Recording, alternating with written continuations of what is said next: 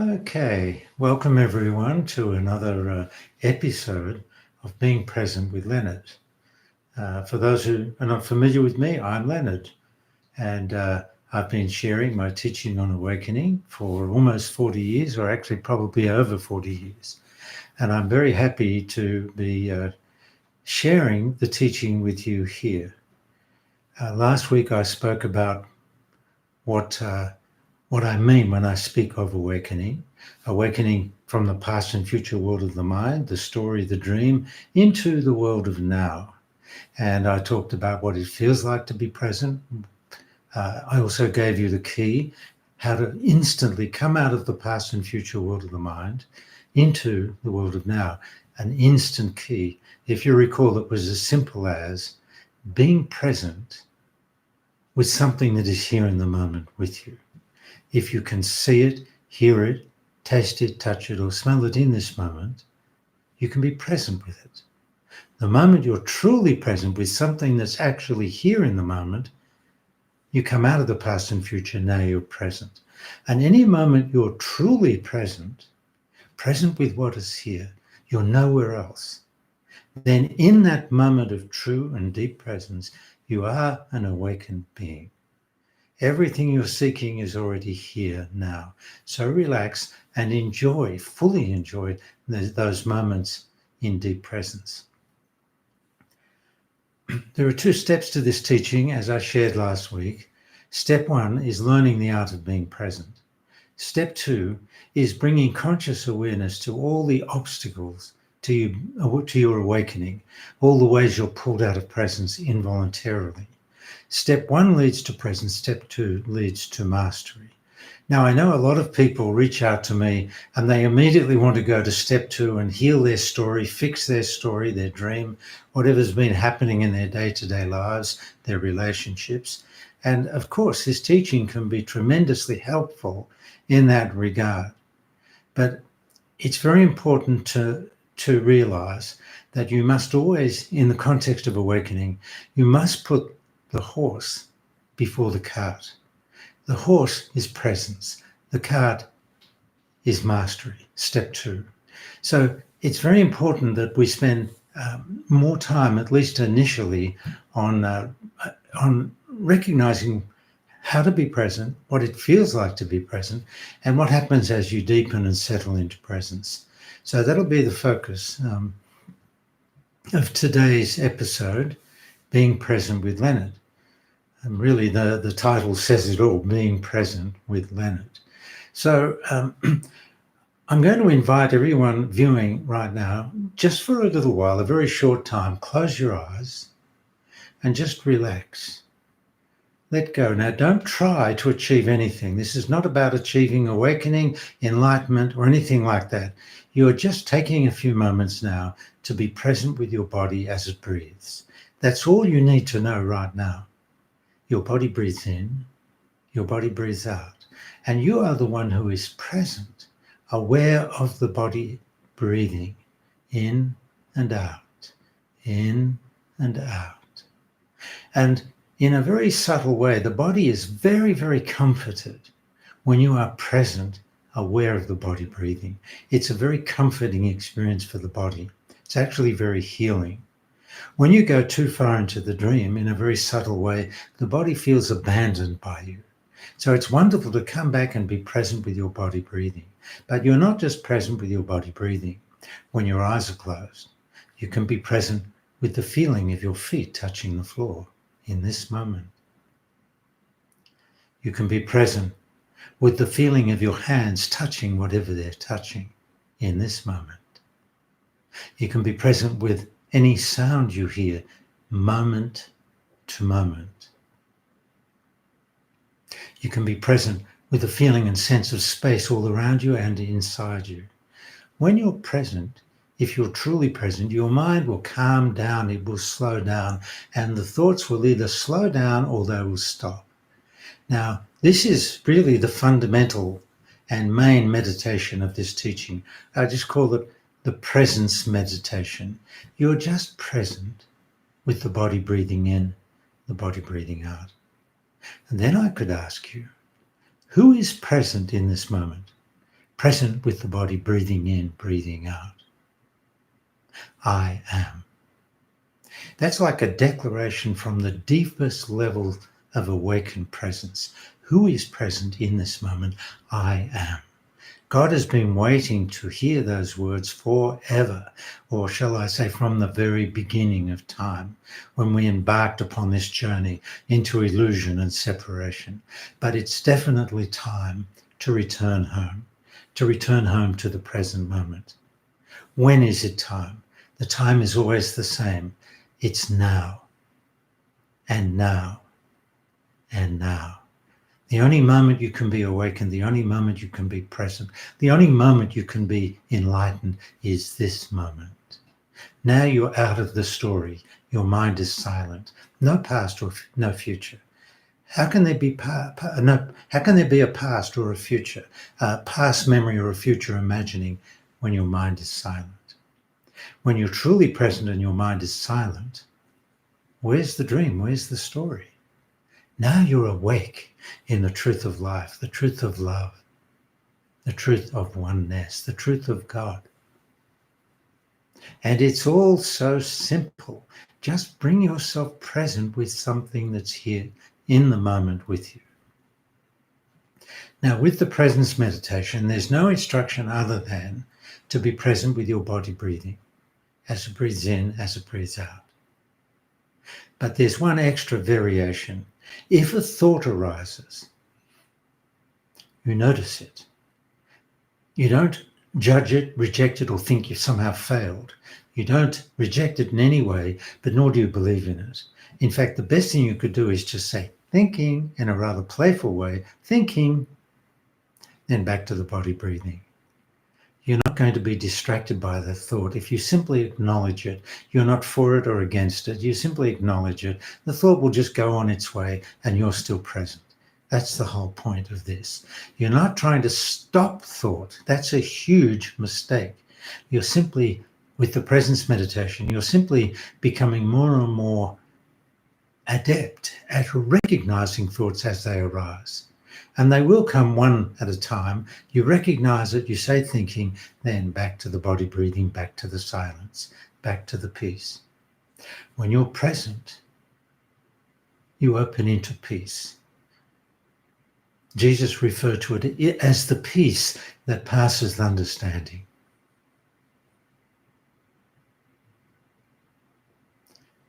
You open into silence, you open into love, you open into acceptance. This is what it means to be present.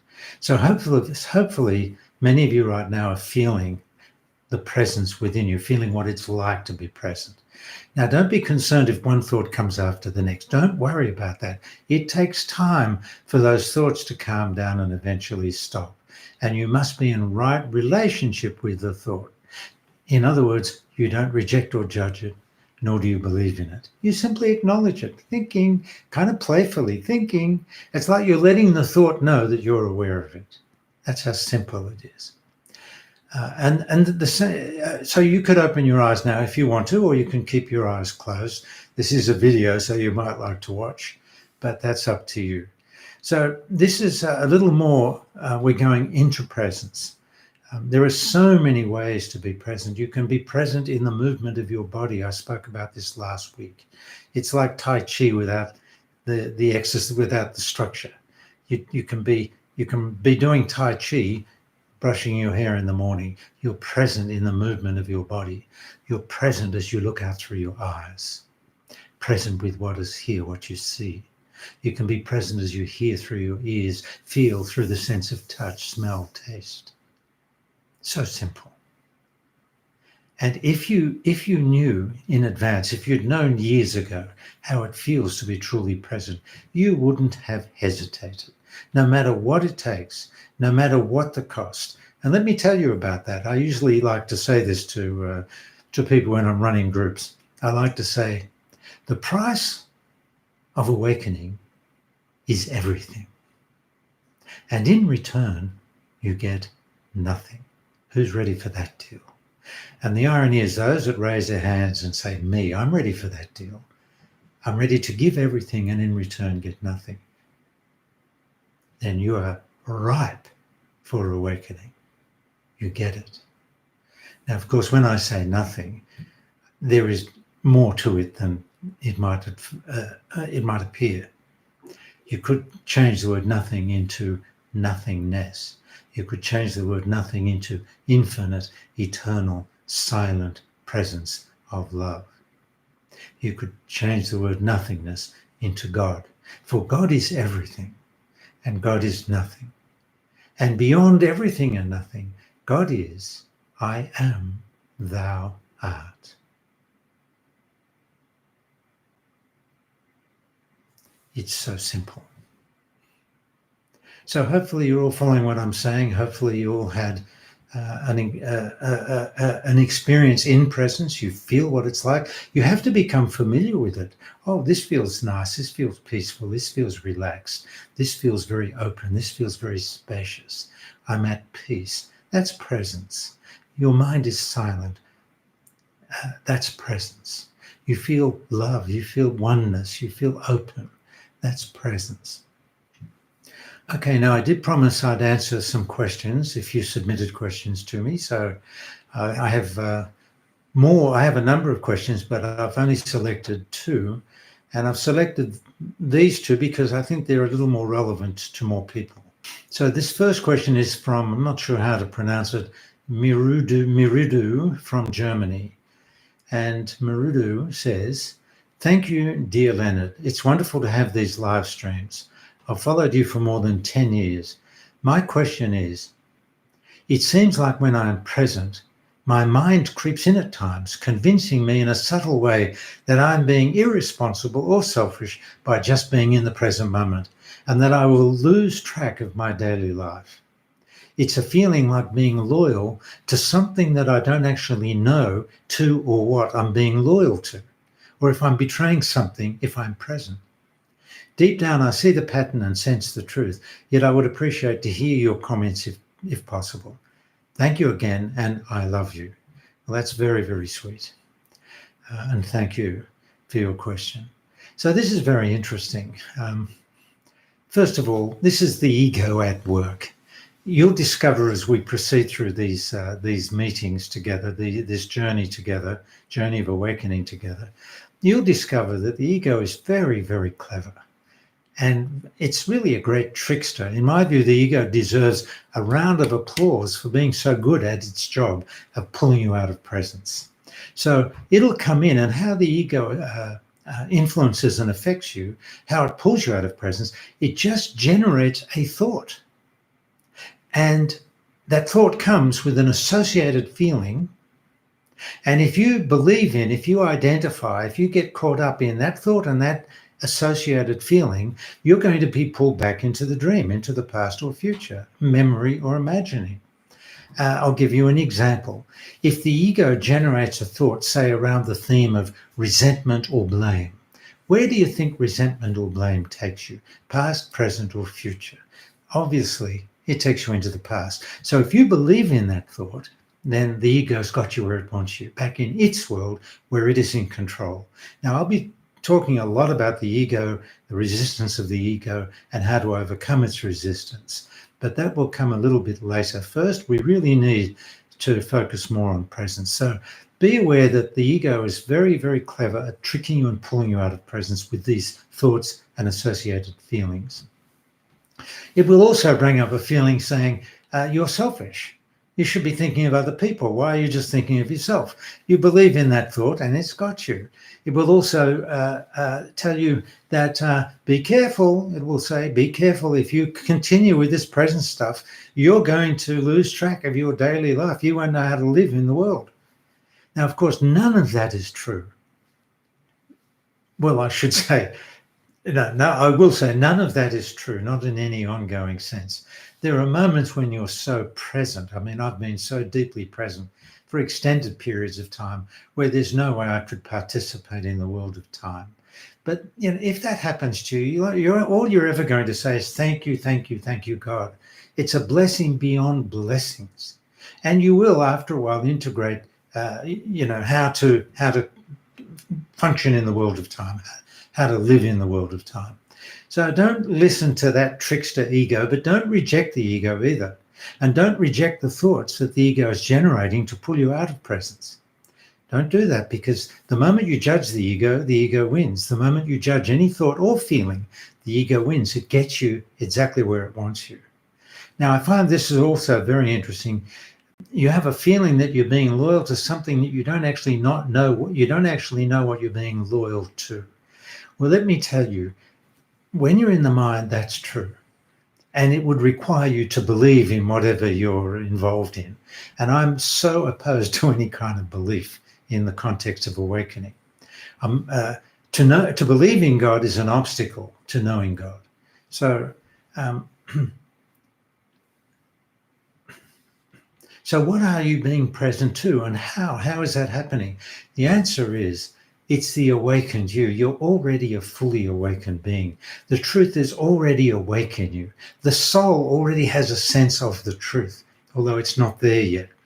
So there's a part of you deep, deep within you, way beyond your mind, that already knows the truth in its completeness, in its wholeness. So that's really what is bringing up this feeling of loyalty to something you're not even sure about. But you persist, you keep remembering presence, and you'll start to recognize and realize what you're being loyal and faithful to. You're being loyal and faithful to the awakened you. You're being loyal and faithful to truth. You're being loyal and faithful to love. You're being loyal and faithful to God. That's who you're being loyal to. Now, what are you betraying if you're present?